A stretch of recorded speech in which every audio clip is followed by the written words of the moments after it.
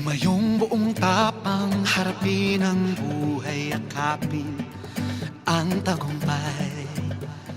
Tulungan ang kapwa't bigyang halaga, huwag hatakin ng pababa. Isipin huwag sana ang sarili lang, pakisama't bayanihan.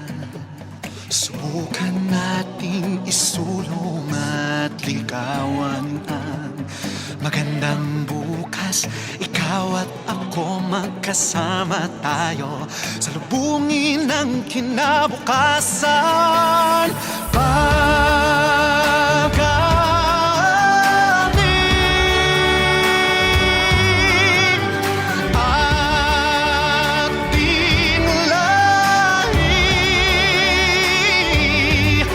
Mandirigmang Pilipino, dakila ang lahi ko,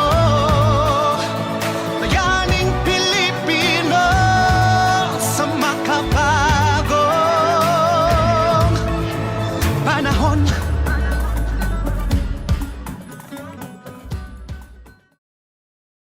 Mayad nga adlaw kanatang tanan, magandang araw sa lahat. Good day everyone. I am Maria Cresalve Habares Fuertes, a faculty from Western Philippines University, College of Arts and Sciences. This subject is the Philippine Indigenous Communities, General Education Elective 2. Objectives of this topic: first, to identify the various indigenous people of the Philippines and describe their culture. Number 2 is to analyze the diversity of indigenous people of the Philippines. We know that the Philippine ethnic language is diverse because the Philippines is an archipelago of 7,500 islands, and there is so many ethnic groups in the country. One estimated a very conservative fact. It came from Dr. Robert Fax, a former director of the National Museum, and he says that there are at least 106 ethnic groups in the Philippines. It was conservative because in terms of languages, we have more than 106 published by the Summer Institute of Linguistics. It mentioned more than 180 languages. So as we know, language is a primary criterion for defining ethnicity. That's why in the Philippines, we also refer to ethnic groups as ethno-linguistic groups. If we speak of a certain language, such as here in Palawan, we have Cuyonon, Agutaynon, Cagayanon, and so on. So not only that, we also have diverse religious group that also contributes to our ethnic landscape.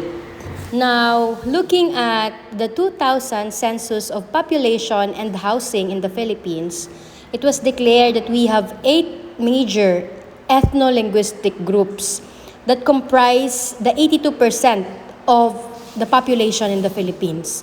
So what are those? Number 1 is Tagalog with 28%, Cebuano 23%, Ilocano with 9.07%, Hiligaynon with 7.57%, Bicol, Waray, Kapampangan, Pangasinan with 1.78%. Only 8 groups, which make the other minority, comprises the 100% of the Philippine population. So, what do we mean by indigenous people? I will be using 2 different disciplines. First is defining indigenous people based on the language of anthropology, and next is based on its legal definition. First, anthropological. So when we say anthropological, we are pertaining to people, we are pertaining to people's behavior, ano yung pinagmulan. So the original inhabitants, or particularly in the Philippine archipelago, are the Negritos. They first to occupy our land, and later they were followed by others. Okay, so they are a lot of communities who maintain their traditional practices because of their high respect with their culture, their traditional beliefs. But then again, when this colonizer came in the story, they now colonized the country and had been adopted Christianity and have been also adopted Western culture. But there are such group in the Philippines that have maintained their traditional practices. And because they practice autonomy, they had a high respect on what they believe in. So, we also have the legal definition of indigenous people based on the law enacted in 1997. This is the IPRA law, or commonly known as the Republic Act 8371.